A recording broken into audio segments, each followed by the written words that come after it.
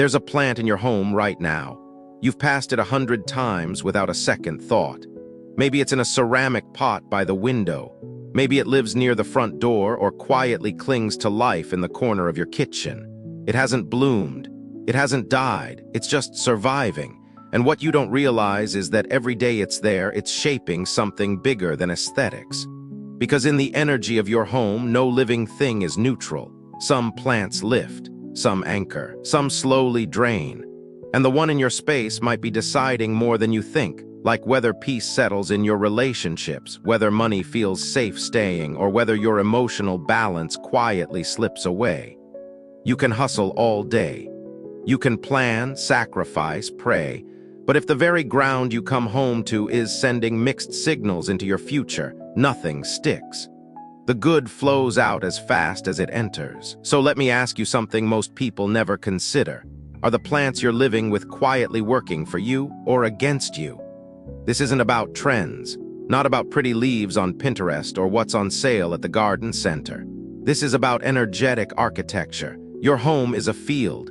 What you plant in it grows not just in soil, but in fate. And today I'm going to show you 6 sacred plants you must grow if you want more than just a peaceful room. If you want peace in your body, love in your connections, and fortune that doesn't vanish when life gets hard. Because the truth is, you're not just decorating a house.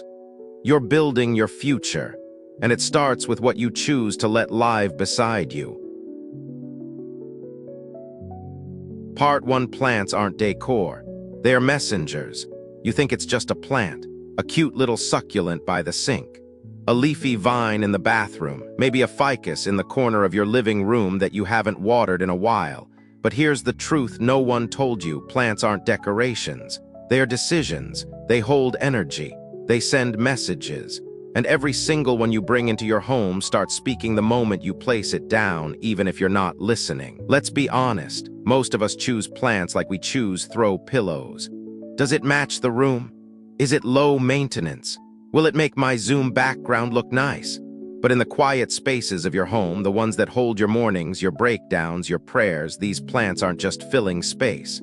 They're setting the tone. They're shaping the mood. They're influencing your emotional weather one leaf at a time. That pothos drooping in the corner, it's not just a dying plant. It's a slow leak in the energy of your home. Every time you walk past it and do nothing, your subconscious hears one message loud and clear. Neglect is normal here. That spiky cactus near your entryway.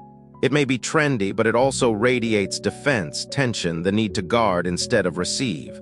Over time, that energy doesn't just sit in the room, it settles in you. You become more guarded, more tired, more reactive without knowing why. Now think about this. Have you ever walked into someone's home and immediately felt at ease? Like something inside you could finally exhale. That wasn't random. It wasn't just the lighting or the scent of fresh coffee. It was the field, the energetic field, and the living things in that space. Their condition, their placement, their shape were part of that. Because living things don't sit passively. They breathe, they interact, they pull energy toward or away. And they do it constantly, whether you believe it or not. In Feng Shui, this isn't superstition, it's structure. A healthy plant with soft, rounded leaves signals safety, ease, and openness. Its growth sends a message, upward, outward, alive. A sickly plant, yellowing and forgotten, whispers decay, stagnation, confusion. It says, "We don't tend to things here, we wait too long, we hope they recover on their own." And that story doesn't stay in the pot, it seeps into your career, your marriage, your sense of joy. Until one day you're not just tired, you're uninspired. You're not just overwhelmed, you're frozen. And you wonder why the good things won't stay.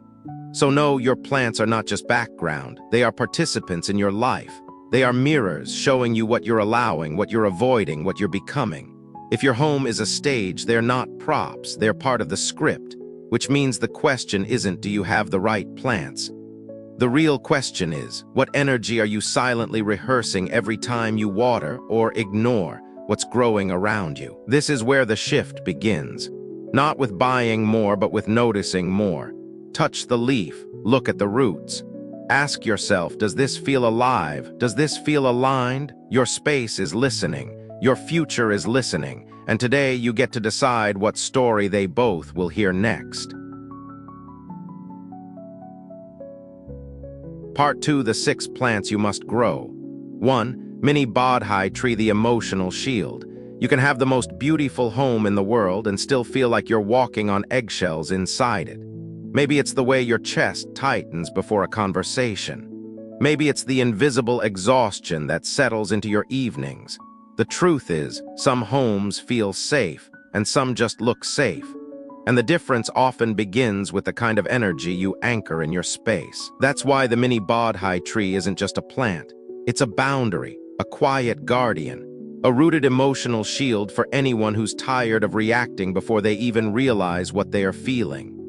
The Bodhi isn't loud, it doesn't beg for attention, but what it does if you place it with care and treat it with presence is transform the emotional frequency of a room. It says without words, this is a space for clarity, for emotional steadiness, for responding, not spiraling. And in a world that constantly pulls us into urgency, noise, and emotional overload, having even one corner of your home that whispers calm is no small thing.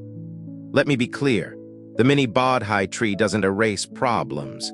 It doesn't make life perfect. What it does is shift the internal weather so that when challenges rise, your first instinct isn't to snap or shut down. It helps you stay rooted when your mind wants to run. It helps you breathe before the fight or flight kicks in. It holds space for your higher self, the part of you that doesn't need to win the argument, prove the point, or carry the whole weight alone. And for many of us, especially women who have carried emotional labor for years, that's not just helpful, it's life-saving. Place your Bodhi where you go to regroup, a reading nook, your bedroom corner, that silent spot in the house where you retreat when you feel off. Let it lie there like a steady companion, not flashy, not ornamental, just real. Its heart-shaped leaves are more than pretty. They are symbolic reminders of compassion, both for others and for yourself. And its slow, intentional growth isn't a flaw. It's the lesson that not everything worth becoming happens fast, that the strongest roots are the ones you don't see at first. One woman I worked with, a middle school counselor, told me she kept snapping at her kids after work, not because she didn't love them, but because the emotional residue from her job followed her home. We added a mini Bodhi to her bedroom, right next to the spot where she dropped her purse every day. It became a ritual. Before dinner, she'd sit beside it for 2 minutes. No phone, no noise, just stillness, and slowly something shifted. Her kids didn't change. Her job didn't change, but her center of gravity did. She stopped carrying everyone's chaos. She started choosing her own calm. That's what the Bodhi does. It doesn't fight emotion. It doesn't avoid pain. It simply says, let it pass through. Don't let it live here. And the more you care for it, gently watering, straightening the pot, touching a leaf, the more you're practicing the very thing your nervous system needs most: presence, patience, permission to be steady. So if there's a part of your life that feels emotionally thin, if you've been holding it together with breath and habit and nothing more, this isn't just a plant you might want. It's one you need, not to fix you, but to hold space for the version of you that already knows. The calmest strength is the kind that roots down, not the kind that roars. 2. Fragrant Dracena, the hidden river of fortune. You may not think of wealth as something that has a scent, but it does. It's subtle like morning air after rain. And in the quiet rhythm of a home, there are certain living things that begin to shift the flow, not by force, but by frequency. The fragrant Dracena is one of them. It doesn't scream abundance. It doesn't show off. But if you grow it, care for it, place it with thought, it starts to hum a different song in your space. One of quiet, inevitable growth. A song you don't even realize you've needed to hear. This plant is not for people who want quick wins or fast results.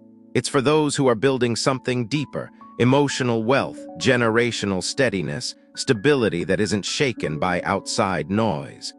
The fragrant Dracena reminds you that real prosperity isn't always loud. Sometimes it's like an underground river, carving paths through rock silently but surely. You won't see it overnight. But one day you'll look around and realize the things that used to feel hard now arrive with ease, that your life is no longer chasing but receiving. When placed near an entryway, the Dracena becomes a filter. Every time you walk in, its energy meets the outside world first. It sifts through the static, the urgency, the pressure, and what it lets through is calm, focused, expansive. It tells your nervous system, this house is safe.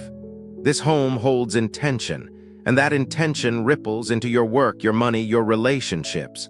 I once met a woman who'd built her entire consulting business from her kitchen table. She worked 12-hour days, sent 100 emails, followed every strategy, and still felt like nothing stuck. Clients would get close, then disappear. Projects stalled. Money leaked. She wasn't lazy. She was tired. Tired of pouring energy into a home that wasn't holding it. After a conversation, she placed a single fragrant dracena by her front door, not as a lucky charm, but as a statement, I'm ready to receive. She dusted its leaves once a week. Lit a candle near it every Monday morning. That was it, no magic, just intention. 3 months later, she called crying. Nothing dramatic had happened. No lottery win, but her old clients started coming back. New ones arrived, not with urgency, but alignment.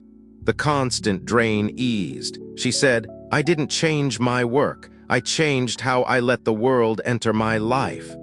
That's the gift of the dracena. It doesn't hand you wealth. It builds your capacity to hold it. It thrives on what you already have: moderate light, steady care, attention without obsession. It teaches the nervous system to let go of frantic effort, to trust momentum, to trust timing. Its leaves unfurl slowly like pages of a story still unfolding. And if you tend it regularly, you begin to remember your abundance doesn't have to rush. It can rise. Place your dracena with care, near your main entrance. In the southeast corner of somewhere it can do what it does best. Stabilize, channel, and elevate, not by adding noise, but by holding space for the quiet arrival of good things. So if your life feels like it's working too hard for too little, if you've done everything right, but the reward still feels far away, maybe it's time to stop pushing and start planting. This isn't just a houseplant. It's a shift in the way you invite life to support you. You don't have to hustle harder. You just have to grow what welcomes wealth, one quiet root at a time. 3. Ginkgo, the mind's steady hand.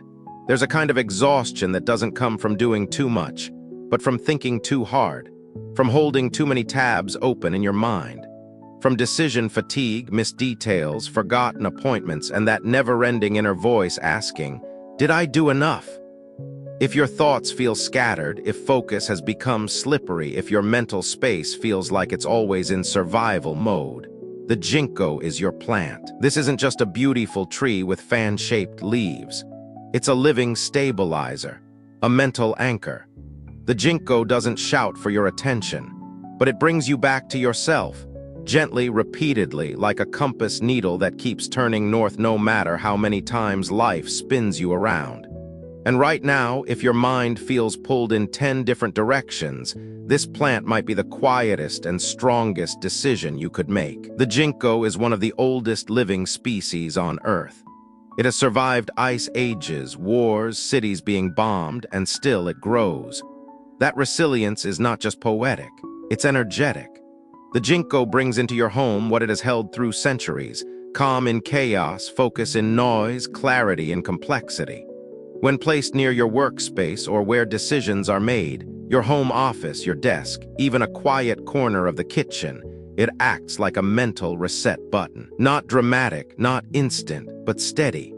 I remember speaking to a woman who worked from home, juggling consulting calls, caregiving for her husband, managing the finances. She told me she'd sit at her desk and just stare, frozen, overwhelmed, paralyzed by the sheer number of choices in front of her. She tried planners, time blocking, supplements. Nothing helped. We introduced a small ginkgo bonsai just to the left of her desk in her line of sight. And something shifted, not overnight. But she started making decisions faster, not with panic, but with quiet confidence. She didn't second-guess herself as much. She started finishing projects again. She told me, it's like my mind is no longer at war with itself. That's what the ginkgo does. It doesn't solve your problems. It clears the fog so you can see the next step. It reminds your brain what it feels like to be calm under pressure, to trust your own discernment. And when your space holds that kind of mental energy, it spills into everything. Better conversations, cleaner boundaries, more thoughtful choices about your time, your money, your energy. From a care perspective, the Ginkgo asks very little. Occasional watering, moderate light, a little pruning to keep its shape. But like all things that hold ancient wisdom, what it really needs is respect. Attention, your presence, not as a chore, but as a ritual. When you sit beside it, you're not just tending to a plant, you're practicing steadiness. You're rehearsing clarity. You're giving your overworked mind a place to rest. So if your thoughts feel like scattered papers in the wind, if you wake up tired not from your body, but from your brain, maybe it's time to stop fighting the chaos with more control. Maybe it's time to invite something into your space that simply remembers how to stay grounded. The Ginkgo won't force you to slow down. It will show you how. And when it does, you'll find that clarity isn't something you chase. It's something you grow, one leaf at a time. 4. Mugwort, the silent cleaner of emotional air. Not all tension announces itself. Some of it lingers, quiet, sticky, and hard to name. It lives in rooms where arguments once echoed. It hides in the air after a hard day. It clings to the corners of your bedroom when sleep becomes restless. And unless it's cleared, that energy doesn't leave. It settles into your mood, into your relationships, into your body. That's where mugwort comes in. You've probably never thought about placing a bundle of dried herbs near your bed or behind the living room shelf.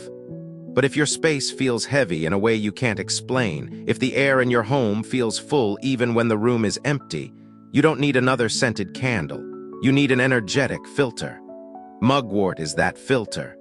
This isn't a showy plant. It doesn't bloom to impress or fill the room with color. What it does is far more subtle and far more powerful. Mugwort absorbs what your body can't. It catches the emotional static that builds up through daily life. It clears the residue of tension that words alone can't reach. It's not a decoration, it's a detox. Here's the truth most people don't realize: the places we live in remember things. Your home holds more than furniture. It holds moments, long silences, buried frustration, grief that never got words. Mugwort doesn't erase those things, but it makes space for them to move, to lift, to exit instead of circling back night after night. The best placement for mugwort isn't about visibility, it's about intention. A small bundle near the headboard helps process what your mind can't sort out while you sleep. Tuck one into a bookshelf where family tension often brews. Set a sachet behind framed art in your office, especially if financial stress builds there. These tiny placements act like tuning forks, resetting the emotional frequency of the room in quiet, consistent ways. A retired nurse once told me she'd wake up feeling like she hadn't rested at all. No matter how early she went to bed, mornings felt heavy. We placed mugwort near her bed, just a small dried bundle tied with twine resting on a ceramic dish. Nothing changed right away, but over a few weeks her sleep deepened. She stopped waking with a clenched jaw. Her dreams became calmer. She said, "It feels like my room can breathe again." That's the work mugwort does, not loud, not instant, but unmistakable. And here's what matters most: it works better when you partner with it. That doesn't mean rituals or chanting or incense. It means presence. When you place mugwort in your space, pause, acknowledge what it's there for. Even a single breath of intention, this space is ready to let go, amplifies its impact. Because energy responds to awareness. And sometimes that's all it takes to begin shifting a space that feels stuck. Replace your mugwort seasonally, around the solstices, or whenever your home feels dense. Don't let it sit forgotten in a dusty corner.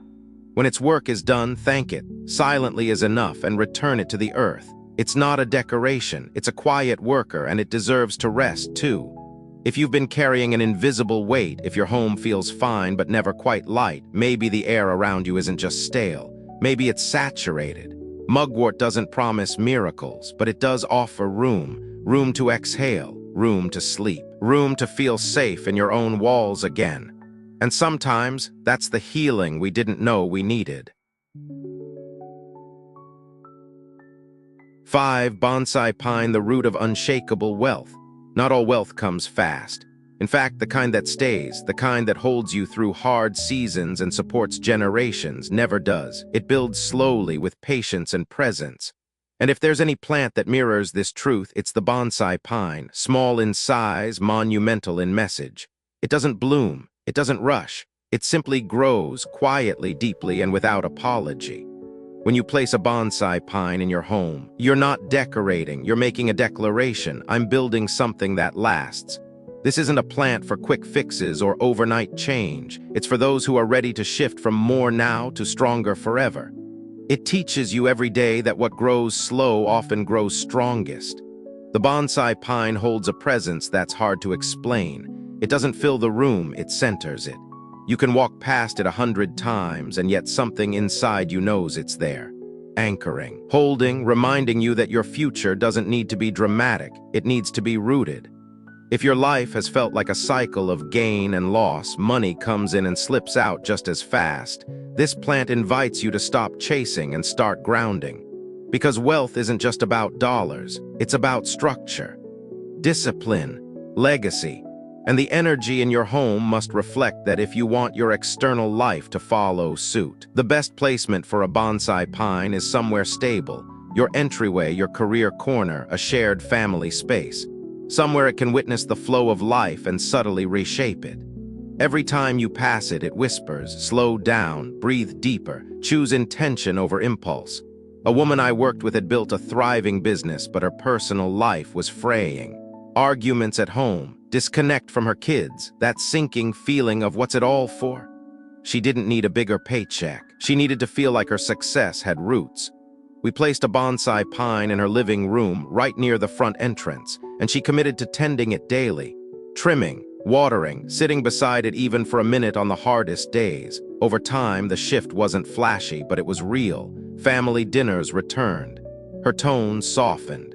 Her business decisions became less reactive, more wise. She said, "This tree reminded me that I don't have to keep running. I can build a life that holds me back." That's the quiet power of the bonsai pine. It becomes a mirror, reflecting back the version of you that's ready to build without burning out. From a care perspective, it requires more attention than most. But that's the point. The act of trimming its branches, checking its soil, adjusting its shape, that's not maintenance. It's stewardship. A ritual that reminds you true prosperity asks for presence. And when you offer it, you grow not just money, but maturity, clarity, and calm. The bonsai pine is not trendy, it's timeless. And when you give it space in your home, you're also giving space to the part of you that longs for depth, not speed, for structure, not chaos, for a kind of wealth that can weather anything because it was built with care. So if you're tired of feeling like your success is a house of cards, if you want to create not just income, but inheritance, this is your plant. Not to show off, but to ground down. Not to impress, but to endure. Because in the garden of your life, some things are meant to last, and they always begin with a root that no one sees, but everything depends on. 6. Evodia, the invisible gatekeeper. There are homes that feel calm, and there are homes that stay calm. The difference often comes down to something most people never see, never question, and never realize is missing: energetic boundaries. If peace keeps slipping through the cracks, if conflict finds its way into your space even when everything seems fine inside, you might not have a problem within your home. You might have a leak at the edge. That's where Evodia comes in. Evodia isn't flashy. It doesn't blossom into wild colors or fill your air with scent. It stands quiet, steady, protective. It's not here to decorate, it's here to guard. In Feng Shui, Evodia is known as a living shield, an energetic filter that absorbs and neutralizes harsh, chaotic, or harmful external energy before it ever reaches your front door. Not by force, not by resistance, but by grounded, unwavering presence. Think about the energy that surrounds your home. Traffic noise, tense neighbors, the emotional heaviness of a struggling street or a home next door that always seems unsettled. These things don't stay outside, they seep in. Through windows, conversations, arguments that erupt for no real reason. And you wonder why your home feels off, why sleep is restless, moods are unpredictable, peace feels like a temporary visitor. But here's what most people don't know: you can plant protection. You can create an outer layer of peace that holds the inner sanctuary together. Evodia does exactly that. The best place for it: outside. Along fence lines, near corners that face busy intersections, dead-end roads, or properties with history you'd rather not absorb. Let it grow where energy enters. It becomes your first line of defense, filtering what the world brings to your doorstep. One family I worked with lived on a beautiful street, but their corner was infamous for car noise, near accidents, and tension. Inside, they were constantly arguing. Small things became explosions. Sleep was shallow. Money came and went like a tide. We planted a row of young Evodia trees along the most exposed side of their home. That was it. Nothing inside changed. No renovations, no furniture movement. But within months, the home felt different. More exhale, fewer outbursts. Even the city installed a speed bump near their block. Coincidence? Maybe. Or maybe the energy shifted just enough to make space for protection to do its work. Evodia doesn't require constant attention. It thrives outdoors. But like all living protectors, it responds to intention. When you plant it, do it with care. Offer a thought, a word, a whisper. You're here to hold the line. Walk past it occasionally with acknowledgement, not fear, not superstition, just simple awareness that your peace is being guarded. This plant isn't about sealing your home off. It's about filtering what doesn't belong, so that what matters, your relationships, your clarity, your emotional balance, has room to breathe. In a world that often feels like it's pressing in from every direction, having even a few feet of living energy that says, "No more shall pass," can change everything.